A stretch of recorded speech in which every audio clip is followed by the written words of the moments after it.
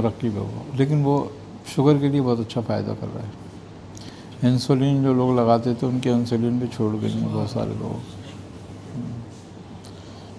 اور جو شوگر سے جو کمیاں پیدا ہو جاتی ہیں، ہاتھ پیروں میں سن ہونا، پھوڑے پھنسے نکلنا، دانے نکلنا، زخم ہونا، وہ بھی کنٹرول ہو جاتا ہے۔ مصفی کے طور پہ بھی چلا سکتا ہوں، میزل میں بھی چلا سکتا ہاں، عام طور پہ جو ہے وہ شوگر ہائی ہونے کے زیادہ نسخے بتائے جاتے ہیں، لوگوں کے بارے میں بھی کچھ ارشاد فرمائیے۔ ہائپر ڈائبٹیز کہلاتی ہے یہ جو ہے، اور اس کے لیے بہترین چیز جو ہے، یعنی کہ شوگر کے کم ہونے کے لیے جو بہترین چیز ہے وہ ہے ایک پاؤڈر بنتا ہے جو حکمہ کہلاتا ہے، یعنی کہ وہ 4 حرف کا پاؤڈر ہے، 4 حروف ہیں حکمہ کے، تو ہے سے حروف یعنی کہ ہالون، ایسا نہیں بات، اور بعض حکمہ اس کو ہرمل لیتے ہیں۔ اچھا، کاف سے کلونجی، میم سے میتھی دانہ، اور الف سے آملہ، یہ چاروں چیزیں مکس کر کے پیس کے رکھ لی جائے تو کبھی نہ ہائی ہوتی ہے نہ لو ہوتی ہے۔ اچھا، پھر اس کی خوبی کی بات یہ ہے کہ یہ بعض لوگوں کے دل کی حرکت کم ہو جاتی ہے، یعنی کہ جیسے 35%، 40%، 50% پہ آ جاتا ہے، یہ کم ہونے لگتی ہے، اس کو بھی یہ لیول پر لے آتا ہے۔ ہاں، اچھا، دوسری بات یہ کہ یہ جگر کی اور لب لبے کی چربی کو دور کرتا ہے۔ تیسری بات یہ ہے کہ گردوں کو فعال کرتا ہے۔ اچھا، کیلشیم کی کمی کو دور کرتا ہے، وٹامن ڈی کی کمی کو دور کرتا ہے، اور قدرتی طور پر جو ہے انسولین پیدا کر کے شوگر کو خون میں سے نہ کم ہونے دیتا ہے نہ آگے بڑھنے دیتا ہے، لیول برقرار رہتا ہے، لیول برقرار رہتا ہے، یعنی کہ فنکشن کو جب یہ درست کرتا ہے نا۔ اصل میں ہمارے ہاں یہ بات ہے کہ ہمارے جسم میں جہاں بھی غدود ہے وہ 2 ہیں، اللہ نے جوڑے سے بنائے ہیں غدود۔ اب ان میں دونوں میں سے ایک کا کام الگ الگ ہے۔ ایک کا کام جو ہے غدود کا وہ ناقلہ ہے، اور ایک کا کام جاذبہ ہے۔ ناقلہ جو ہے وہ پیدا کرنے والا ہے، جنریٹ کرتا ہے وہ کسی بھی رطوبت کو، اور جاذبہ جو ہے وہ اس کو بڑھنے سے روکتا ہے، اگر وہ بڑھنے لگتی ہے تو واپس جذب کر لیتا ہے، تو بیلنس رہتی ہیں رطوبتیں ہماری۔ یہ پورے سسٹم ہے، نظام، پورا نظام ہے یہ۔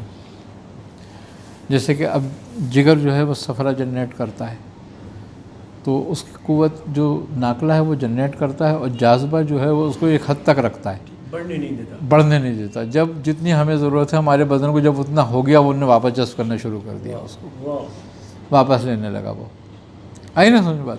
تو جس سے ہمارے بالکل جگر کا نظام درست رہے گا۔ لیکن اگر جاذبہ خراب ہو جائے تو پھر وہ ناقلہ بڑھتا رہتا ہے، یہاں تک کہ یرقان کی کیفیت ہو جاتی ہے، پورا جسم پیلا ہونے لگتا ہے، صفرا بڑھنے لگتا ہے، پیلی پیلی الٹیاں آنے لگتی ہیں، پت پیدا ہونے لگتے ہیں۔ تو یہ ان غدودوں کے نظام کو بالکل درست کرتا ہے، اپنی جگہ پہ لاتا ہے۔ یہی حال لب لبے کا ہے کہ وہ انسولین خارج بھی کرتا ہے، انسولین جذب بھی کرتا ہے۔ اب اگر جاذبہ بڑھ جائے، ناقلہ کم ہو جائے، تو خون میں شامل ہونے لگے گی شوگر، کیونکہ انسولین روکتی ہے۔ انسولین جو ہے اس کو خون میں نہیں جانے دیتی، بلکہ پٹھوں میں جذب کراتی ہے، جس سے گلوکوز ہمارے جسم کو لگتا ہے، دماغ پیوست کرتا ہے اور پٹھوں کو قوت دیتا ہے اس کی، تو ہماری ایکٹیویٹی صحیح رہتی ہے بالکل۔ اب اگر وہ جاذبہ قوت ختم ہو جائے تو پھر شوگر گرنے لگے گی۔ آپ آگے سمجھ بات؟ وہ زیادہ جذب کر رہی ہے، شوگر گر رہی ہے۔ تو جب تک ہمارا دونوں نظام بالکل اپنے لیول میں نہ ہوں تو اس کا کوئی نہ کوئی نقصان ہوگا ضرور. اس کی مقدار خوراک کیا ہے؟ ہم وزن ہے اس کے اندر؟ یہ سب چیزیں ہم وزن ہیں، اور مقدار خوراک اس کی جو ہے وہ آدھی چائے کی چمچی ہے، یعنی کہ 2 گرام تک. ایک ٹائم کو لوگ ایک ٹائم صبح شام لے، کھانے سے پہلے لے، چاہے کھانے کے بعد لے. کھانے سے پہلے لے آدھا گھنٹہ پہلے لے، کھانے کے بعد لے 1 گھنٹے بعد لے. تو یہ بالکل لیول پر رکھتی ہے. اور جو لوگ کثرت سے چنے استعمال کرتے ہیں ان کو تو ویسے بھی شوگر نہیں ہوتی. قوت جاذبہ ان کی بہترین ہوتی ہے. آئی نا سمجھ بات؟ اچھا، شوگر میٹھے کے ساتھ ساتھ نشاستہ دار چیزیں بھی بڑھاتی ہیں. جیسے کہ ہمارا گندم کا آٹا ہے، چاول ہے، یہ جتنی بھی نشاستہ دار چیزیں ہیں، اگر ہم اس کو بند کر دیں کھانا تو شوگر اپنے آپ لیول پر آ جاتی ہے. ویسے ہی شوگر چینی نہیں بڑھاتی، یہ بھی بات ہے، لیکن جب شوگر ہو جائے تو چینی نقصان کرتی ہے پھر، کیونکہ پھر بدن اس کو قبول نہیں کرتا. آئی نا سمجھ بات؟ تو ہمارے جب تک غدود بیلنس میں رہتے ہیں، اچھا ان چاروں چیزوں کا اثر غدودوں پہ بہترین ہے. ایسا سمجھیں کہ جتنی بھی غیر طبعی کیفیات ہیں ان کو درست کر دیتا ہے. بالکل درست کر دیتا ہے، بالکل درست کر دیتا ہے. ایسے سمجھیں کہ وہ کائے کلب ہوگا نا تمام امراض میں پھر یہ ہاں، تو یہ بہت اچھا نسخہ ہے اگر دیکھا جائے تو استعمال کرنے میں. اور میتھی دانہ اور کلونجی کے بارے میں تو یہ ہے کہ خاص طور پہ وہ اس مقصد کے لیے ہیں. ہاں، کیونکہ میتھی دانہ جو ہے وہ صفرا بڑھاتا ہے، اور کلونجی صداع کے لیے بہترین ہے. آملہ صفرا کو توڑتا ہے، تو ایک بیلنس نسخہ بن جاتا ہے وہ. اچھا، ہالون جو ہے، ہالون اعصابی طاقت کے لیے بہترین دوا ہے.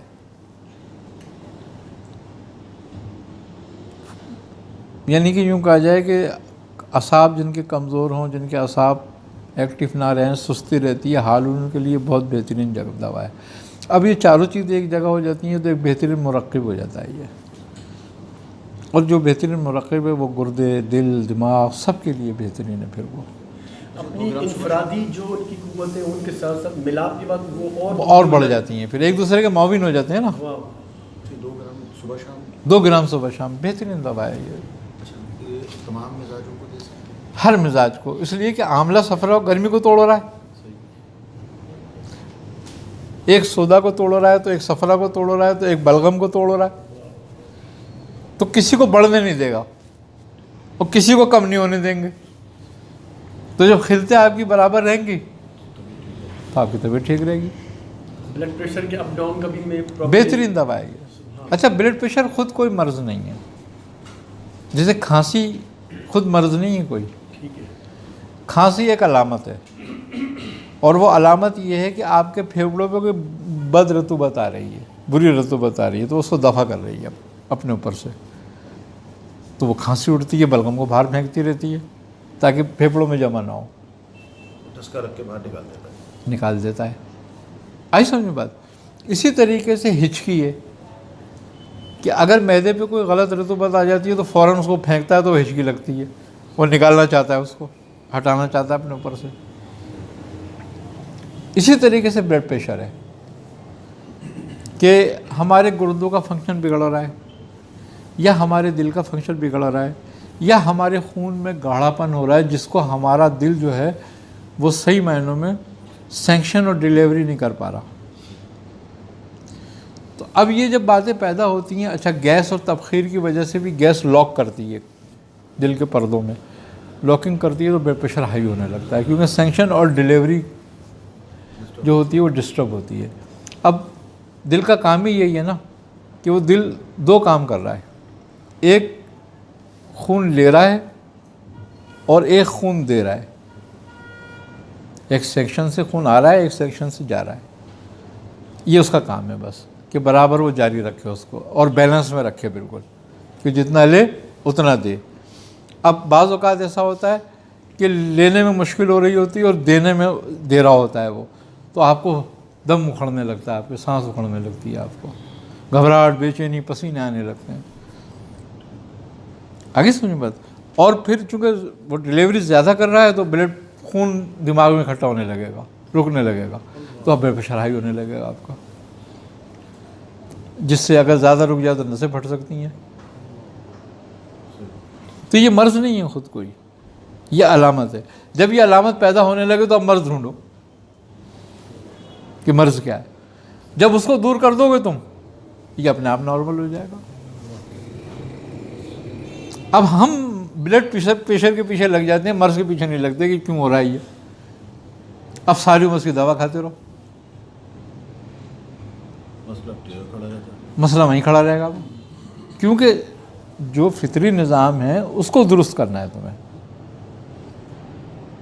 اب خون گاڑھا ہو رہا ہے تو اس کا مطلب ہے چکنائی زیادہ ہو رہی ہے خون میں پیدا، لہٰذا اس چکنائی کو کاٹنے کی کوشش کرو، کم کرنے کی کوشش کرو، اپنے آپ لیول پر آ جائے گا. دل کا اگر فنکشن بگڑ رہا ہے تو اس کو فنکشن کو بحال کرو، یہ اپنے آپ لیول پر آ جائے گا.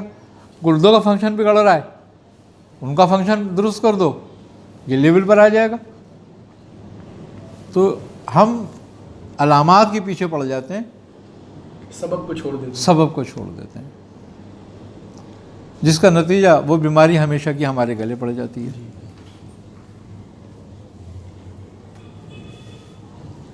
بیماری کے علاوہ بھی استعمال کر سکتے ہیں ہم حالات میں یہ نسخہ؟ یہ صحت مند آدمی بھی استعمال کر سکتا ہے، بہت اعلیٰ نسخہ ہے یہ.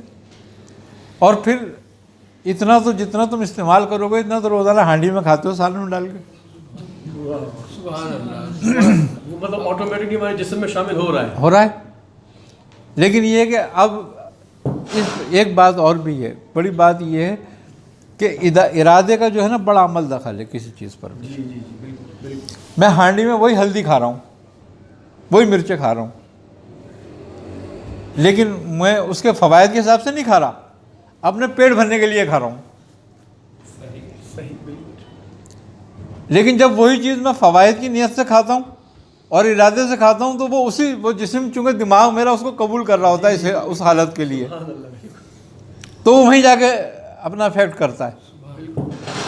اسی لیے حضرت وہ کہتے ہیں نا کہ صرف چلتے رہنا ورزش نہیں ہے، ورزش کی نیت سے چلو تو چلے ورزش ہے. حالانکہ بندہ چل رہا ہوتا ہے سارا دن چل رہا ہوتا ہے، فائدہ نہیں ملتا، نہیں، کیونکہ اس کا ذہن اس طرف نہیں ہے نا، مائل نہیں ہے. اسی لیے تو حدیث بھی ہے نا کہ مومن کا ارادہ نیت اس کے عمل سے بہتر ہے. سبحان اللہ. واہ واہ واہ واہ.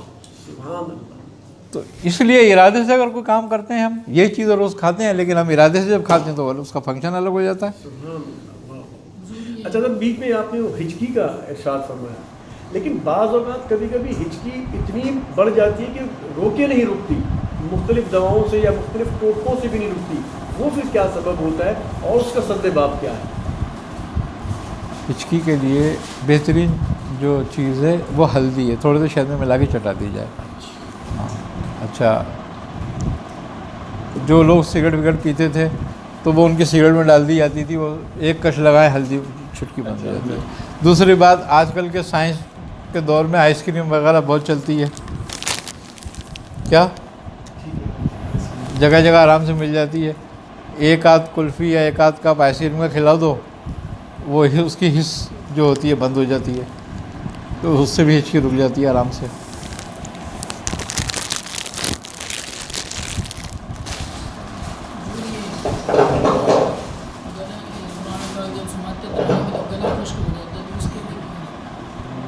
قرآن پاک سناتے ہوئے گلا خشک ہو جاتا ہے تو ملیٹھی ہے نا، ملیٹھی کو پان کے رس میں اگر گولیاں بنا لی جائیں اور وہ چوسی جائے تو سب فرسٹ کلاس ہے. اور اگر پان کا رس نہیں ملے تو ملیٹھی اور منقہ اور کالی مرچ، جیسے مثال طور پر 2 تولہ یعنی کہ آدھی چھٹاک اگر ملیٹھی ہے تو 5 گرام اس میں کالی مرچ ہو اور 1 چھٹاک منقہ ہو. اس کو پیس کے کوٹ کے گولیاں بنا کے رکھ لو، پیسو چوسو. گلے کو بھی صاف کرتی ہے، آواز کو بھی صاف کرتی ہے، گلے کی نالیوں کو بھی کھولتی ہے اور نالی کی خشکی کو بھی دور کرتی ہے. فوزان فرمائیے گا میتھی اگر 24 گرام ہے تو منقع کتنا؟ نہیں ملیٹھی، ملیٹھی سوری 25 گرام ملیٹھی، 5 گرام کالی مرچ اور 50 گرام منقع بیج نکال کر. تو یہ بہترین ہے چوسنے کے لیے گولی، اور بے ضرر ہے اور طاقتور ہے. اچھا حضرت یہ ارشاد فرمائیے گا کہ جسم کے حوالے سے اس کی پوچھ رہی ہے تو یہ ارق النساء یا ارق